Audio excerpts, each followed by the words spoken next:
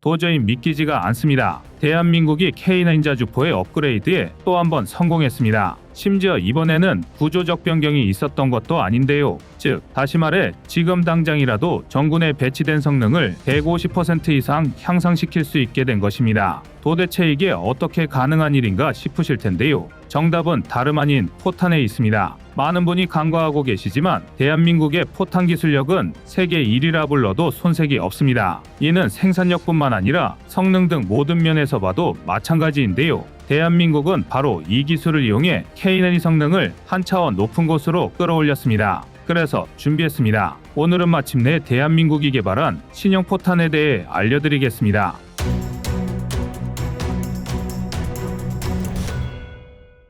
드디어 대한민국이 155mm 사거리 연장탄 개발에 성공했습니다. 이 덕에 우리 군은 아무런 추가 개량 작업 없이 K9 자주포의 성능을 수직 상승시킬 수 있게 되었는데요. K9이 기존에 사용하던 K307H 미비포탄의 사거리가 40km임을 감안하면 무려 150% 이상 향상된 셈입니다. 게다가 55km에 육박하는 사거리로 전세계를 놀라게 했던 K315H1의 포탄과 비교해도 5km 이상 향상된 건데요. 심지어 여기서 끝이 아닙니다. 아직은 군에서 요구한 시험평가 기준을 통과한 상태일 뿐이라 자세한 내용은 공개되지 않았지만 이번에 개발된 사거리 연장탄은 사거리 연장을 위해 하나의 포탄의 비비 방식과 랩 방식을 모두 적용한 것으로 알려졌습니다. 이게 얼마나 대단한 일인지 알려면 우선 포탄에 대해 조금은 알고 넘어갈 필요가 있습니다. 자주포 포탄을 말할 때 가장 쉽게 발견할 수 있는 건 H라는 이름입니다. 앞서 말씀드린 K307이나 K315도 모두 앞에 H를 달고 있는데요.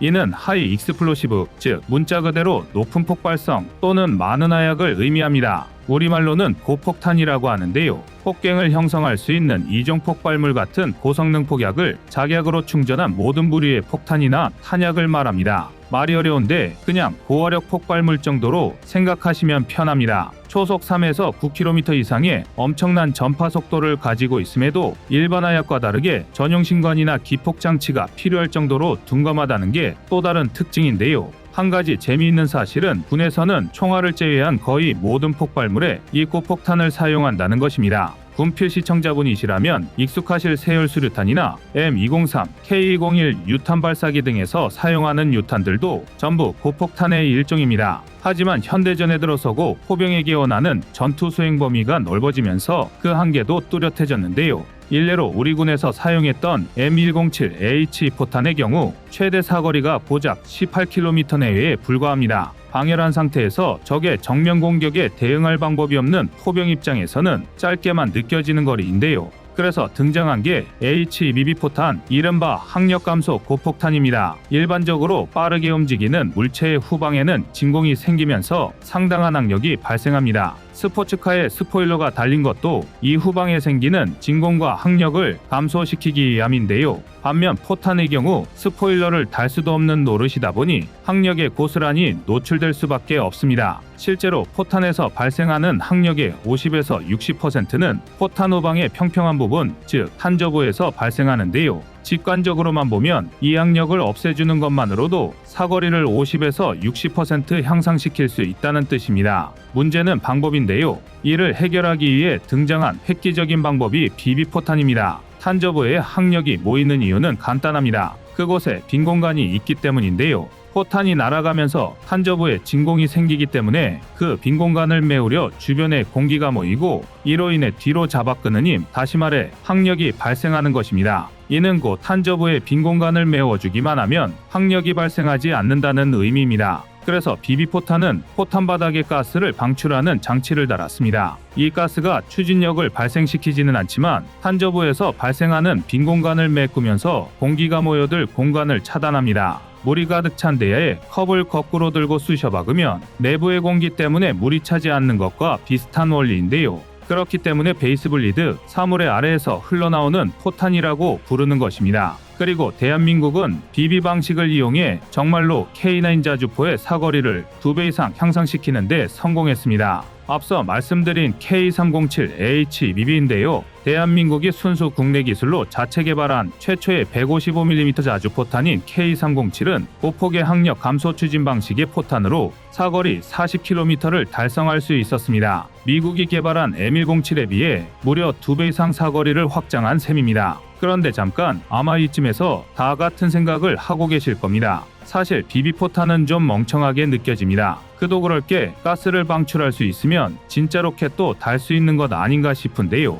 항력을 감소시킬 게 아니라 진짜 로켓을 달아 추진력을 발생시켜 버리는 겁니다. 그리고 실제로 레포탄이 그 상상을 현실로 만든 포탄입니다. 대한민국은 K315H 레포탄으로 55km의 사거리를 달성하면서 세계 최장 수준의 사거리를 확보할 수 있었습니다. 대한민국의 K9 자주포가 세계적인 명품이 될 수 있었던 저력인데요. 그러나 레포탄에는 치명적인 단점이 있습니다. 바로 가격입니다. H-BB 포탄의 경우 일반적인 H-포탄에 비해 약 1.5에서 2배가량 더 비쌉니다. 그런데 심지어 레포탄은 H-BB보다 훨씬 비쌉니다. 포탄에 로켓을 달았으니 당연한 결과인데요. K315가 한 발당 얼마에 생산되는지는 정확히 공개되지 않았지만 야포라면 자다가도 벌떡 일어날 우리군에서 11만 4천여 발 양산에 그친 걸 보면 적지 않은 금액임을 예상할 수 있습니다. 우리군이 보유한 K9 자주포만 1,300여 문에 달하고 여기에 K55A1까지 더하면 어림잡아도 155mm 자주포만 무려 3,000문에 육박합니다.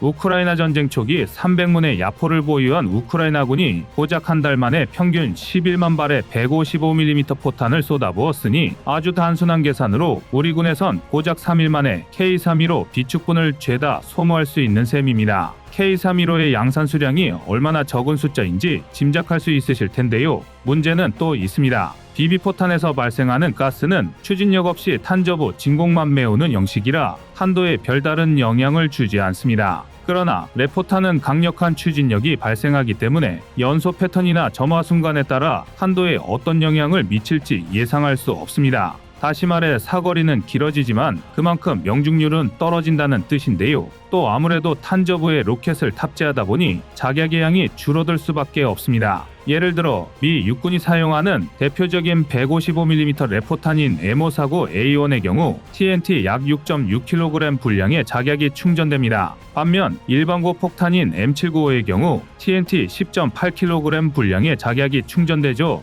그러면서도 사거리는 각각 30km, 22.5km로 7km 차이고 동시에 최대 사거리에서 CP는 M549A1이 259m, M795는 139m로 분명한 차이가 있습니다. 이럴 거면 BB포탄까지 갈 것도 없이 일반고 폭탄을 사용하는 게 더 낫다는 판단이 들 정도인데요. 물론 포병 전력에 있어 사거리는 곧 전투력과 동일한 의미입니다. 사거리가 증가한 것만으로도 전투 면적이 기하급수적으로 넓어지고 이에 따라 적과의 거리가 멀어지면서 기습 위험도 적어집니다. 다시 말해 생존성이 높아진다는 건데요. 자주포란 어디까지나 야포에 엔진과 바퀴를 단 무기체계일 뿐 전차나 장갑차와는 궤가 다릅니다. 일례로 세계 최고 수준의 방어력을 보유한 대한민국의 K9 자주포도 장갑 두께는 35mm로 기껏해야 전방위 14.5mm 기관 총탄 방어가 한계입니다. 이쯤이면 10m 떨어진 152mm 고폭탄의 폭발에 승무원을 지킬 수는 있겠지만 정상적인 가동에는 제약이 큽니다. 따라서 적의 대포병 사격에서 멀리 떨어질수록 화력과 생존 가능성을 모두 올릴 수 있습니다. 하지만 그렇다고 해서 전투지속 능력을 무시할 수는 없습니다. 포격은 기본적으로 지역 제압과 화력 지원에 목적이 있고 이에 따라 막대한 양의 포탄을 소모할 수밖에 없습니다. 더군다나 우리 군의 교리는 개전과 동시에 막대한 화력을 쏟아부어 적의 도발의지를 완전히 박살내는데 맞춰져 있습니다. 결국 어느 하나가 빼어난 게 아니라 사거리, 명중률, 위력 그리고 가격까지 모든 면에서 준수한 포탄이 진짜 좋은 포탄이라고 할 수 있는데요. 이를테면 대한민국이 새롭게 개발한 155mm 사거리 연장탄이 좋은 예시가 될 것입니다. 아직까지는 사거리 연장탄에 대한 정보가 극단적이다 싶을 정도로 적지만 한 가지 확실한 건 개발에 적지 않은 시간이 걸렸다는 것입니다. 사거리 연장탄 개발 착수에 대한 소식이 처음 들린 게 2014년이니 자그마치 10여 년이 걸린 건데요. BB포탄의 항력 감소 방식과 레포탄의 로켓 추진 방식을 모두 적용한 게 주요했던 것으로 보입니다. 전 세계에서 오직 대한민국만이 가능한 새로운 방식인데요. 현재 이 사거리 연장탄의 가치를 알아보고 벌써부터 행동에 돌입한 나라가 있습니다. 바로 폴란드입니다. 그것도 심지어 2023년부터 관계당국과 대한민국 최대 탄약 제조업체인 풍산 측에 지속적으로 대규모 현지 탄약 공장 설립을 요청해왔는데요. 그도 그럴 게 현재 폴란드는 무기는 있어도 정작 탄약이 없는 상황입니다. 게다가 유럽의 탄약 생산 능력이 박살나면서 수급처도 마땅찮은 상황인데요. 우크라이나 전쟁이 장기화되면서 전북 곡간이 말라가고 있는 탓입니다. 그나마 이유가 지난 6월과 7월 군사물자 생산에 각각 5억 유로를 투입했지만 짧게는 6년, 길게는 10년은 있어야 우크라이나 전쟁 이전의 물량을 회복할 수 있을 전망입니다. 심지어 여기에 장기적인 자금 지출이 부담되는 유럽 일부 국가들은 포탄 생산업체와 장기 계약을 맺지 않고 일단 기다려보자는 식의 소극적인 태도를 유지하고 있습니다. 대한민국에서 도입하는 K9 자주포만 670문에 달하는 폴란드 입장에서는 미치고 팔짝 뛸 노릇인데요. 대한민국 입장에서도 나쁘지 않은 제안입니다. 앞서 말씀드린 대로 유럽의 포탄 재고는 날이 갈수록 부족해질 전망입니다. 이는 비단 자주포 포탄뿐만이 아니라 전차 포탄도 마찬가지인데요. 그런데 대한민국은 전차포탄 기술력까지 세계 최고 수준입니다. 실제로 대한민국의 텅스텐, 탄자 날개 안정 분리철갑탄은 미국의 열아우라늄탄과 동급의 관통력을 보여줍니다. 국내 순수 기술로 개발한 특수광 기술 덕분인데요. 열아우라늄탄을 생산할 수 있는 나라가 사실상 핵무기를 보유한 나라뿐이라는 걸 감안하면 이는 상당한 장점입니다. 큰 구조적 개량 없이 자국 전차의 화력을 올리고 싶은 모든 나토 소속 국가들의 수요를 한몸에 받을 수 있다는 건데요. 여기에 더해 막대한 포탄 수요 물량까지 합치면 오히려 이쪽에서 나서서 폴란드의 탄약 공장을 짓고 싶은 심정입니다. 더군다나 군비 확장에 소극적인 유럽의 경향을 생각하면 문자 그대로 장기적인 시장 독점이 가능해지는 건데요. 민주주의의 무기고가 되어가는 대한민국의 선택에 전 세계에 이목이 쏠리는 이유입니다. 여러분의 생각은 어떠신가요? 이상 꺼리튜브였습니다. 안녕하세요, 꺼리튜브입니다. 그동안 보내주신 사랑과 응원으로 1편 출간에 이어 이번에 꺼리튜브의 새로운 신작 세상에 밝혀지지 않은 현대무기 비하를 출간했습니다. 내용이 어려워 쉽게 다가서지 못했던 군사무기 이야기를 남녀노소 누구나 편하게 이해할 수 있도록 모아봤는데요. 그 누구도 알 수 없던 현대무기 비하의 숨겨진 이야기를 이제 온라인 서점이나 가까운 서점에서 만나볼 수 있습니다. 또 전문적인 군사무기 이야기를 알고 싶다면 꺼리튜브 1편인 대한민국 6회공 군사무기도 준비되어 있습니다.